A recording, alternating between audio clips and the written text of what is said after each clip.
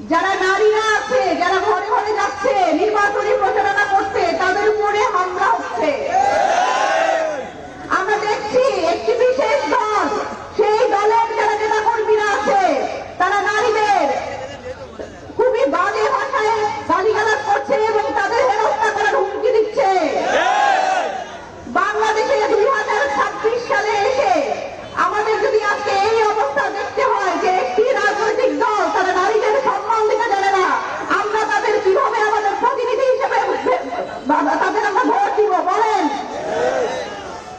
যারা নারীদের সম্মান করতে জানে না সেই দলকে আপনারা বর্জন করুন।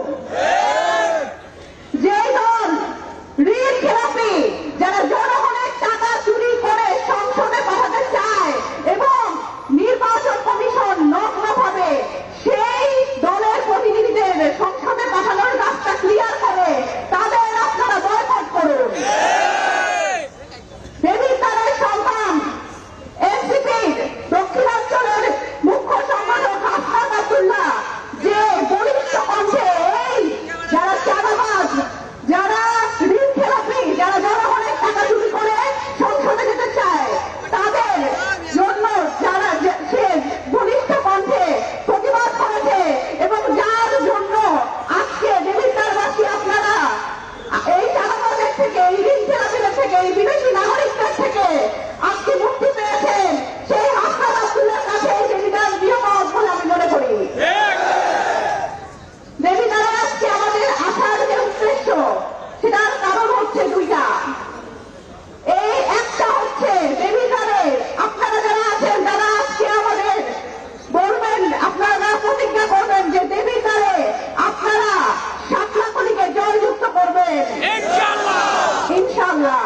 আরো একটি কারণ আছে, এই নির্বাচন শুধুমাত্র ক্ষমতার নির্বাচন নয়, এই নির্বাচন 5 আগস্টের পরে আমাদের সেই সুযোগ করে দিয়েছে জনগণকে ক্ষমতায়িত করার।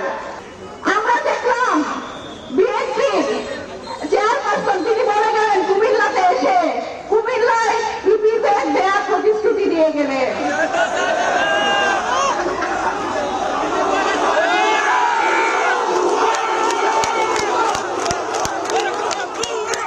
কিন্তু আমি বিএনপির সেই বড় নেতার উদ্দেশ্যে বলতে চাই, আপনি অনেকদিন বিদেশে ছিলেন, আমরা বুঝি আপনি দেশ সম্পর্কে, দেশের কোথায় কি হচ্ছে, ভৌগোলিক অবস্থান কোথায় কি আছে, এই সম্পর্কে আপনার জ্ঞান অনেক কম। কিন্তু আপনার কুমিল্লার দেবিদ্বারে, কুমিল্লায় আসার আগে আপনার এই পড়াশোনাটা করে আসা উচিত ছিল।